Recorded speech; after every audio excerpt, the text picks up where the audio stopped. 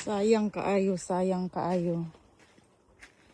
Kahapon ng tanghali, nasira yung switch doon para sa pagbukas ng bintana niya. Ngayon hindi nabuksan. Hapon na nakita, hapon na napansin para magsara sana. Eto ang nangyari, naluto sa kainit. 3 greenhouse yan guys. Ang laki. Ang laking damage. Ang daming nawawala. Kulay orange yata ito rito eh. Oh, kasayang.